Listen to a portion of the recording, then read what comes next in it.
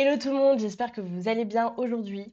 La règle numéro 1 avant qu'on commence, c'est que si tu es encore dans ton appel de vente, je dois y réfléchir, et que tu lui réponds, pas de problème, prends ton temps, reviens-moi demain, tu as clairement perdu la vente.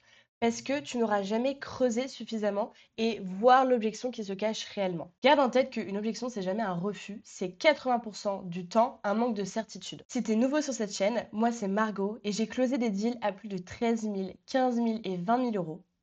Et après avoir analysé plus d'une centaine d'appels et d'avoir fait des sondages sur Instagram, je t'ai aujourd'hui trouvé les 6 objections que les closers ont le plus de mal à débunker.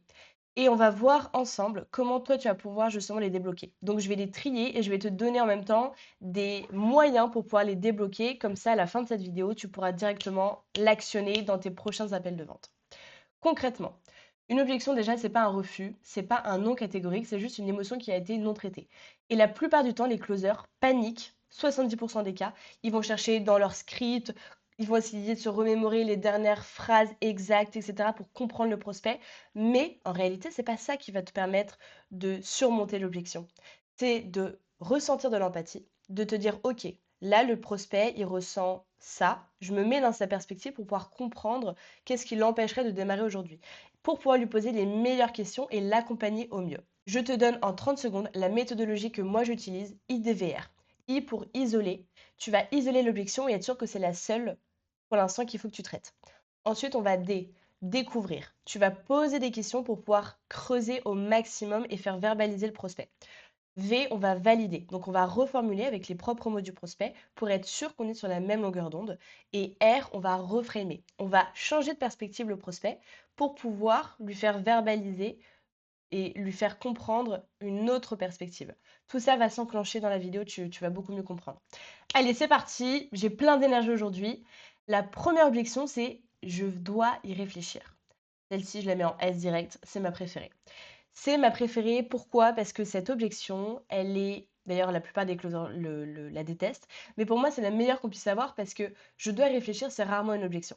C'est très souvent un écran de fumée, elle cache une émotion derrière et c'est un peu une façon polie de te dire: «Bah, écoute, il y a quelque chose qui est pas clair, il y a quelque chose qui est flou encore pour moi, donc je vais prendre le temps de mon côté de poser tout ça à plat». Mais c'est faux. Il faut que toi, tu puisses, derrière le jeu de réfléchir, trouver quelle est l'objection réelle qui l'empêche de démarrer. Et très souvent, c'est des peurs. Peur de se tromper, peur de passer à l'action, peur de se faire arnaquer, peur d'investir. Et donc, c'est très important qu'avec IDVR comme stratégie, tu puisses, toi, justement, les débloquer petit à petit. Quand le prospect te dit je dois réfléchir, ok, je comprends, il n'y a aucun problème. Avant que tu ailles réfléchir de ton côté, est-ce qu'il y a peut-être un ou deux points sur lesquels tu voudrais qu'on revienne ensemble et qui ne seraient pas clairs pour toi? Oui, non, ok, très bien. On va clarifier un maximum. Ensuite, donc, on va découvrir, on va creuser, on va lui poser des questions. Ensuite, on va valider. Donc, en fonction de ce qu'il nous dit, par exemple, s'il nous dit, bah voilà, je ne sais pas si j'ai vraiment envie d'investir cette somme-là, bah, on va comprendre qu'en fait, c'est plus une question d'investissement. Est-ce que c'est la peur d'investir? Est-ce que c'est la somme qui lui pose problème? Donc, on va continuer à creuser. Par exemple, on va voir que le prospect a peur d'investir. Donc, on va valider avec lui, donc on va reformuler. Et ensuite, on va reframer. Donc, on va lui faire changer de perspective. Vu que tu as perdu X euros en bourse déjà et qu'aujourd'hui, tu as encore peur d'investir bah, tes 20 000 euros restants sur ton PEA, pour que je puisse mieux comprendre, est-ce que c'est la peur d'investir ces 20 000 euros ou est-ce que c'est la peur d'investir de nouveau sans un cadre clair et donc de te planter?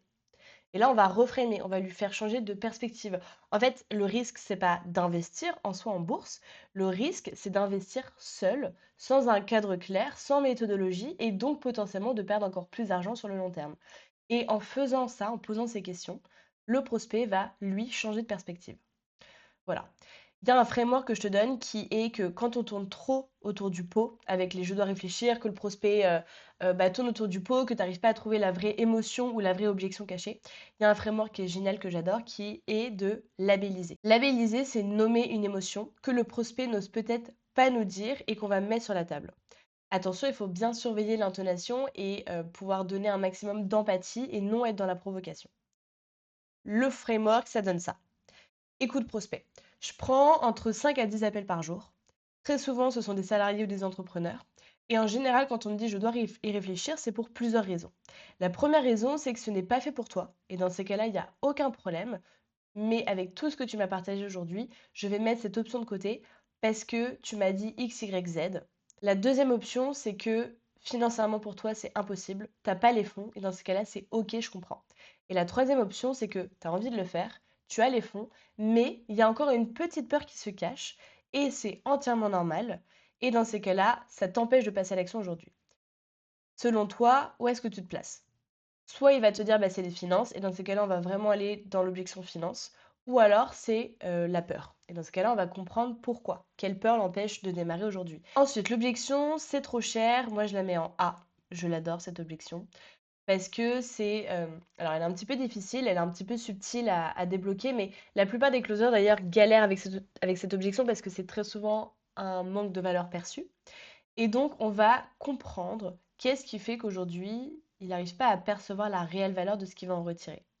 Et ce qui est super, ce qui fonctionne très bien, c'est de faire des calculs, de poser à plat. Ok, prospect, tu me disais que tu avais X problèmes qui te coûtaient tant sur les 2 dernières années. Aujourd'hui, si tu n'investis pas cette somme-là pour te faire accompagner, tu vas continuer à faire X, Y, Z et donc tu vas continuer à perdre X argent. Est-ce que c'est acceptable pour toi? Et en fait, vraiment creuser le coût de l'inaction et continuer même à creuser. Quand tu dis c'est trop cher, est-ce que c'est par rapport euh, à la valeur que tu en attends ou financièrement c'est challengeant pour toi? Et poser ce genre de questions, creuser, ça va vraiment nous permettre d'avoir un maximum d'informations pour ensuite guider au mieux le prospect. Il y a une question qui est super qui est est-ce que tu cherches un prix ou un résultat? Parce que le montant seul ne veut rien dire sans ce que ça t'apporte concrètement. Par exemple, moi, c'est ce que je dis souvent à mes prospects, c'est que je pourrais très bien te vendre un truc à 500 balles. La question, c'est quel type de résultat est-ce que ça va t'amener, t'apporter? Est-ce que ces 500 balles vont te permettre d'aller chercher 2 000 à 3 000 € de revenus par mois? Ou est-ce que c'est juste 500 balles dans le vent et dans ces cas-là, bah, tu auras jeté de l'argent par la fenêtre? Et en fait, tout est une question de est-ce que ça va m'aider à atteindre mes résultats? Et dans ces cas-là, bien travailler sur le retour sur investissement. Ensuite, l'autre objection, c'est je veux en parler à mon conjoint ou mon associé.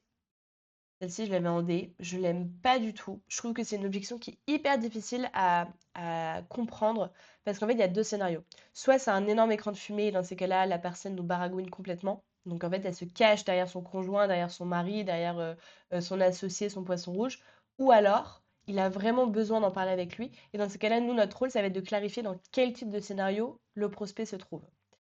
Et donc pour ça, encore une fois, il y a toute une méthodologie que tu pourras retrouver dans mon groupe School. D'ailleurs, hop, je te partage mon écran. Donc c'est dans Classroom, protocole en 4 étapes, objection. Et donc là, tu as comment savoir bien traiter des objections. Donc l'état d'esprit, les 6 objections les plus courantes, avec la méthode IDVR de développer, avec des exemples, etc.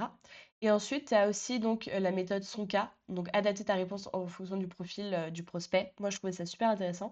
Et tu as des scripts par objection. Alors, les scripts ne sont pas à apprendre par cœur, je te les ai mis avec la méthode IDVR. Donc, par exemple, c'est trop cher, ce n'est pas le bon moment, etc. Donc, tout ça, voilà, tu le trouveras. Les erreurs qui coûtent des ventes. Et tu as d'autres fichiers. Tu as également une masterclass sur optimiser ta structure d'appel. Donc, c'est une vidéo. Tu as également la checklist Top Closer. Donc, quels sont les critères pour pouvoir closer comme le top 1% sur le marché. Et tu as également la méthode des top closers avec la spin méthode. Donc, spin selling appliqué au closing, en fait, c'est comment creuser le gap dans tes appels pour donner un besoin d'urgence au prospect d'acheter ta solution. Voilà. Donc, je dois en parler à mon conjoint et mon associé. Donc, cette objection, moi, je la trouve vraiment difficile et il faut vraiment que tu appliques la méthode IDVR. Donc, d'abord, on isole. Ok, est-ce que tu as bien toutes les informations pour aller en parler avec ton mari ou est-ce que tu veux qu'on vienne sur un ou deux points? Non, c'est bon, j'ai toutes les infos, etc. Et ensuite, on va les creuser. Ok, mais pour que je puisse mieux comprendre, ton mari, est-ce que c'est plus quelqu'un qui te soutient dans ta démarche, qui veut te voir épanoui, qui est au courant que tu es bloqué et que tu n'arrives pas à faire X, Y, Z? Et pouvoir vraiment creuser un maximum. Il y a un framework que j'aime beaucoup qui me permet aussi de comprendre dans quel état d'esprit le prospect est, qui est, je te le donne. Ok, donc si je comprends bien, tu veux aller en parler avec ton mari, et je comprends totalement, j'ai pas envie que tu ailles dormir sur le canapé. Pour que je puisse mieux comprendre, quand tu vas aller lui en parler, est-ce que c'est pour avoir un besoin de validation, avoir un besoin d'approbation, ou simplement lui en parler par respect? Et là, on va comprendre. Soit la personne a besoin d'aller lui en parler par validation, et dans ces cas-là, si elle a besoin d'une validation extérieure, c'est qu'elle a peut-être pas assez confiance en elle pour passer à l'action. Et dans ces cas-là, on va aller retravailler la frame identitaire. ou alors peut-être qu'elle veut juste aller lui en parler par respect parce qu'ils prennent toutes leurs décisions ensemble et vraiment pouvoir comprendre dans quel type de thématique le prospect est. Et ensuite, en fonction de ça, on va aller replanifier un deuxième rendez-vous avec le plus one, avec le conjoint, avec l'associé, etc. Dans les 24 à 48 heures. Le mieux, c'est même, par exemple, si tu as fait ton appel le matin, de pouvoir planifier un rendez-vous le soir pour vraiment rester dans ce besoin d'urgence. Parce que plus le deuxième rendez-vous s'éloigne, moins le prospect va, enfin, plus le prospect va s'auto-convaincre qu'en fait, il n'en a pas besoin, il peut le faire seul de son côté, c'est pas si urgent que ça, etc. Ensuite, l'autre objection, ce n'est pas le bon moment. Celle-ci, j'hésite entre la mettre en B ou la mettre en A. Bon, je vais la mettre en B. Ce n'est pas le bon moment. Pourquoi? Parce que cette objection, elle demande un petit peu plus de travail pour comprendre vraiment ce qui se passe derrière. L'émotion, souvent, derrière cette objection, c'est une peur du changement ou une procrastination déguisée. Moi, par exemple, ça m'est déjà arrivé de closer dans une niche où il y avait principalement des CEO qui étaient donc très occupés. Et donc, ce n'est pas le bon moment, forcément, ça peut être une question de timing. C'est juste que là, pendant 1 ou 2 mois, c'est vraiment le rush pour eux. Ils sont tout le temps en déplacement professionnel, donc ils peuvent pas s'y mettre à 100%. Et dans ces cas-là, trouver des solutions. Donc, encore une fois, vraiment creuser, vraiment comprendre qu'est-ce qui fait pour lui que c'est pas le bon moment, comment est-ce qu'il le caractériserait pour lui le bon moment, et pouvoir creuser. Donc soit bah, on décale l'accompagnement parce que pour une question de timing, c'est vraiment pas OK. Ou alors le prospect finit par se dire que bah, en fait, en effet, il n'y a pas de bon moment. Let's go, on y va, on met des choses en place. Et on l'embarque, on l'onboard dès le jour même. Ensuite, je n'ai pas l'argent. Alors celle-ci, c'est une de mes préférées, je la mettrai en S. Parce que c'est un problème de logistique financière. C'est pas une objection émotionnelle, c'est vraiment une objection de logistique. Et quand on n'a pas l'argent, on peut toujours le trouver quelque part. Alors oui, l'argent ne tombe pas du ciel, mais aujourd'hui, on est dans une société où on peut emprunter à un proche, emprunter à une banque, on peut échelonner le paiement aussi, ça fonctionne très bien. Et donc d'abord, on valide si la personne a vraiment envie de le faire, si elle est vraiment engagée. Et une fois qu'on valide tous ces éléments avec elle, donc pour ça, il y a 3 questions fondamentales. C'est, OK, est-ce que tout ce que je t'ai présenté correspond vraiment à ce que tu recherches aujourd'hui pour atteindre X, Y, Z? Oui, non, OK. Ensuite, pourquoi, selon toi, est-ce qu'on serait les meilleures personnes pour t'accompagner? Et ensuite, qu'est-ce qui t'a le plus plu dans ce que je t'ai présenté pour atteindre tes objectifs? Et ça va permettre de faire verbaliser au prospect que oui, c'est la meilleure solution pour lui, etc. Et une fois qu'on valide qu'il est 100% engagé, qu'il a vraiment envie de le faire et que c'est juste les finances qui l'empêchent de démarrer avec vous, on trouve une solution ensemble. Et ensuite, la dernière objection, je n'ai pas le temps. Euh, je la mettrai en C. Je n'ai pas le temps. Pourquoi? Parce qu'elle est assez complexe. En général, c'est plus une question de priorité. On a tous 24 heures dans une journée. Moi, parfois, il y a des choses pour lesquelles je n'ai pas le temps, mais c'est juste que je ne prends pas le temps. Et c'est ce que je dis d'ailleurs tout le temps à mes frères et sœurs, parce que quand je leur dis, mais faites ci, faites ça, mais non, j'ai pas le temps de le faire, etc. Si, tu as le temps. C'est juste que c'est une question de priorité. Et j'ai analysé dans pas mal d'appels de closers que quand le prospect te dit, j'ai pas le temps, les closers l'agressent en disant mais regarde ton temps d'écran, tu passes 3 heures sur Instagram, si tu enlèves ces 3 heures et que tu les mets dans cet accompagnement, tu vas pouvoir faire X, Y, Z. Mais en fait, ça met une pression au prospect. C'est pas forcément bienveillant de notre part en tant que closer. Et je trouve que c'est pas du tout la bonne manière d'aller débloquer cette objection. Quand quelqu'un te dit je n'ai pas le temps, il faut que tu comprennes pourquoi. Pourquoi est-ce qu'il n'a pas le temps? Qu'est-ce qui fait qu'il n'a pas de temps dans sa journée? Tout est une question de priorité. Il faut que tu comprennes quel type de priorité c'est pour lui et continue à creuser le coût de l'inaction pour vraiment lui faire conscientiser que bah, c'est pas une question de temps, c'est vraiment une question de priorité. Qu'est-ce qu'il préfère faire? Est-ce qu'il préfère rester encore plusieurs mois dans cette situation et donc perdre X euros?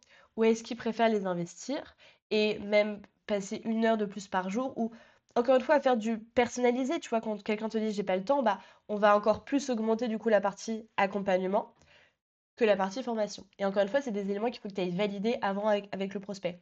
Valider qu'il est vraiment bien engagé, qu'il a vraiment envie de le faire, que c'est juste une question de timing. Enfin, vraiment continuer à creuser au maximum.